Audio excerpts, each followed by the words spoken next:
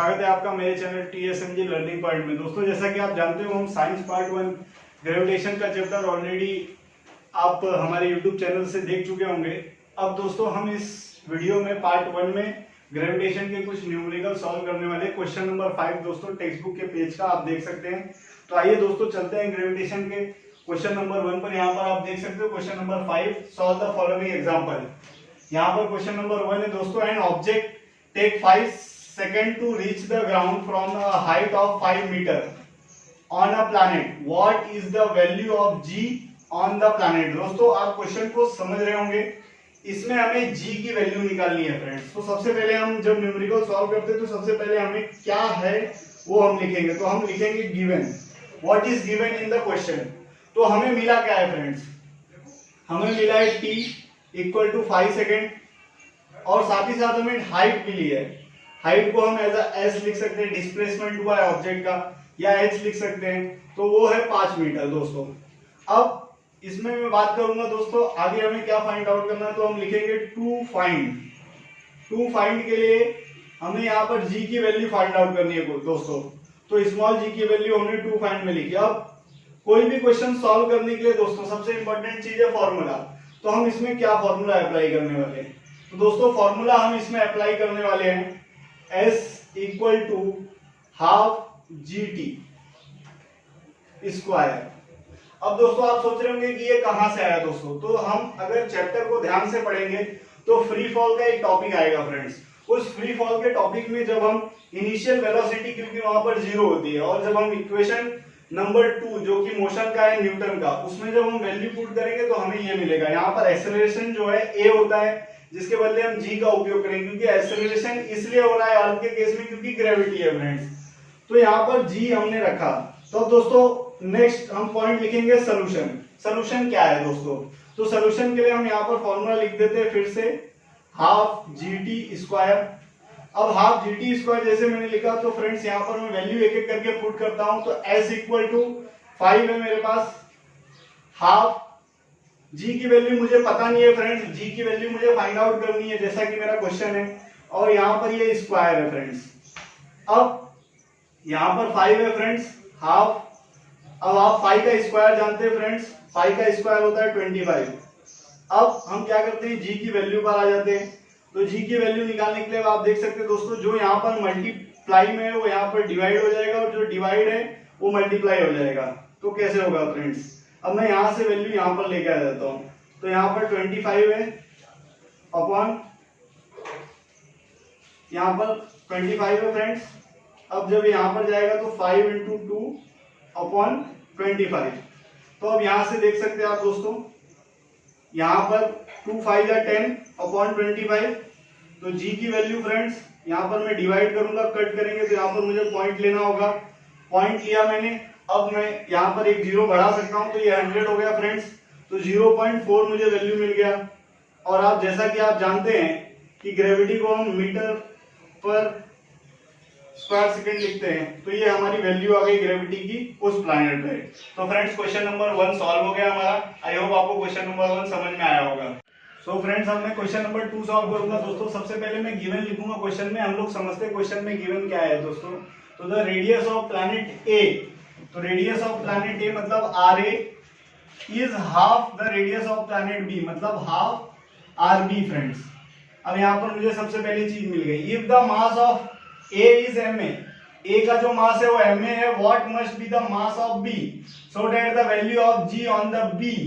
अब यहाँ पर सेकंड गिवन दिया है, सो that the value of G on B is half that to the value of on A, वो हाफ है वैल्यू ऑन A के दोस्तों। तो ये दो चीज मुझे यहाँ हमारे क्वेश्चन से मिल गई दोस्तों। फाइंड आउट मुझे क्या करना है, तो मैं यहाँ लिखूंगा टू फाइंड।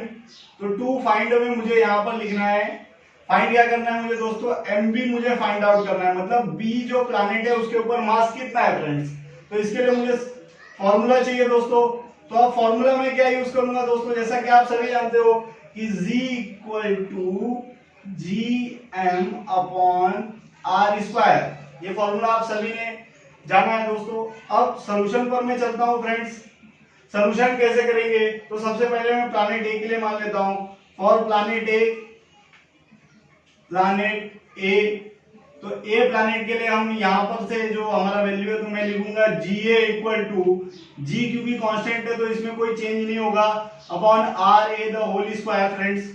अब for planet B same to same मैं वही करने वाला हूं, फॉर प्लैनेट बी के लिए मैं एज्यूम करूंगा तो GB equal to GMB upon RB का स्क्वायर फ्रेंड्स। अब यहां से मुझे दो चीज मिल गई है फ्रेंड्स। अब मैं क्या करता हूं, मेरे अगले पॉइंट पर चलता हूं, तो अब यहां पर मैं यहां से उठा लेता हूं GB equal to half GA।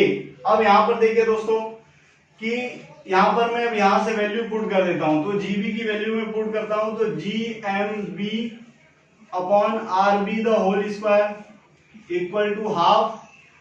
अब यहां GA की वैल्यू में पुट कर देता हूं तो GMA अपॉन RA का स्क्वायर। अब यहां से दोस्तों वैल्यू पुट करना है हमें, तो हमारे पास क्या है यहाँ पर RA equal to half RB, तो वो भी मैं वैल्यू यहाँ पर लाकर पुट कर देता हूं, तो यहाँ पर RB द होल स्क्वायर अब equal to half GMA upon half RB the whole square friends.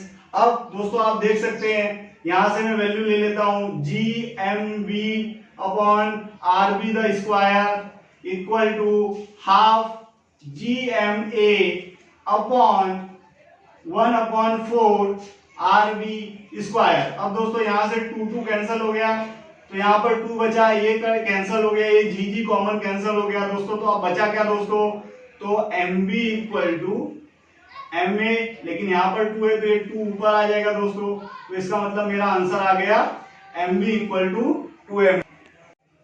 Friend question number 3 पर आते हैं दोस्तों। आप देखिए ये दो क्वेश्चन आपको पहले समझ में आ गया होगा, आई होप दोस्तों। अगर कोई डाउट हो तो आप कमेंट कर दीजिएगा।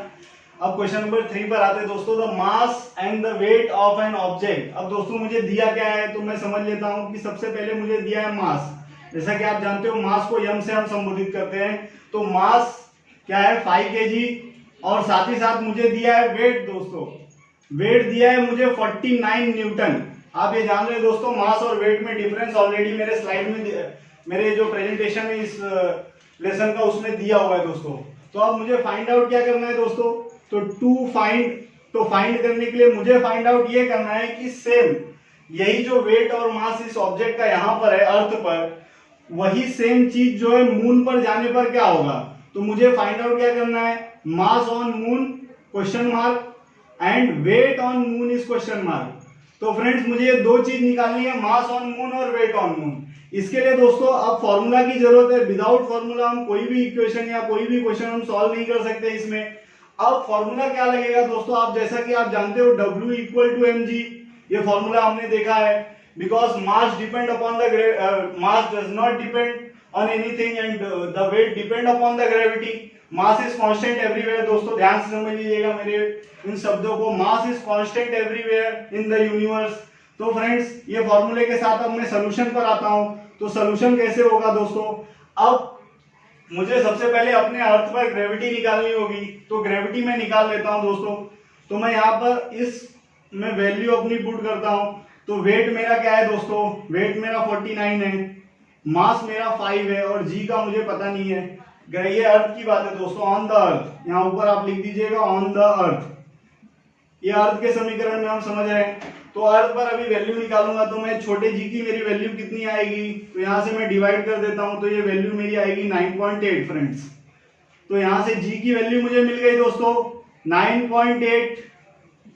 अब 9.8 जो मुझे मिल गई, यहां पर हमें एक और कंडीशन दी हुई है, assume that the acceleration due to gravity on the moon is 1/6 part that on the earth। मतलब जो ग्रेविटी मून पर होगी वो 1/6 भाग होगा ग्रेविटी का अर्थ पर। तो मेरे पास अर्थ की ग्रेविटी है, तो मैं यही सेम चीज इसमें पुट कर देता हूं, तो मुझे मून की ग्रेविटी मिल जाएगी। तो यहाँ पर मैं वैल्यू पुट कर देता हूं। तो अब मैं इसको डिवाइड कर देता हूं फ्रेंड्स। तो डिवाइड करने पर देखिए अब 6 1 6 हो गया दोस्तों, यहाँ पर पॉइंट हम लगा देंगे, यहाँ पर मुझे 3 बचा दोस्तों, तो 6 6 36 1.63, यहाँ से मुझे ग्रेविटी की वैल्यू मिल गई दोस्तों। अब जब मुझे मून पर ग्रेविटी की वैल्यू मिल गई है, मेरा मास तो ऑलरेडी कांस्टेंट ही होता है, तो मैं वेट निकाल सकता हूं। तो वेट ऑन मून दोस्तों, तो वेट ऑन मून के लिए W इक्वल टू mg का फॉर्मूला, तो यहाँ पर मैं m की वैल्यू जो कि कांस्टेंट होती है सब जगह पर वो 5 है और g की वैल्यू 1.63 है दोस्तों। अब दोनों का मल्टीप्लाई कर लेते हैं दोस्तों, तो यहाँ पर 5 3 जा 15, 1 कैरी, 5 6 जा 30, 1 और 3 कैरी, 5 1 जा 5 प्लस 3 8। तो यहां से मुझे मिल गया यहाँ पर वेट की वैल्यू। तो अब मैं कह सकता हूं बिकॉज मास इज कांस्टेंट, तो mass on moon, sorry friends, mass on moon 5 kg and weight on moon, weight on moon दोस्तों, तो वेट ऑन मून मेरा 815 न्यूटन है दोस्तों। इसी के साथ मुझे दोनों वैल्यू मिल गई दोस्तों। आपको ये तीनों क्वेश्चन समझ में आया होगा। इसी के साथ हमारा ग्रेविटेशन न्यूमेरिकल का पार्ट 1 खत्म होता है दोस्तों। घर पे जाइए, इसे सॉल्व करें घर पर अपने बैठकर और समझें। अगर कोई आपको डाउट आता है तो आप कमेंट बॉक्स में कमेंट करें और अगला पार्ट हमारा जरूर देखें जिसमें हम 4 न्यूमेरिकल और सॉल्व करेंगे। आई होप दोस्तों आपको ये वीडियो पसंद आया होगा। अगर वीडियो पसंद आया होगा तो हमारे चैनल को लाइक और सब्सक्राइब जरूर करें। Thanks for watching.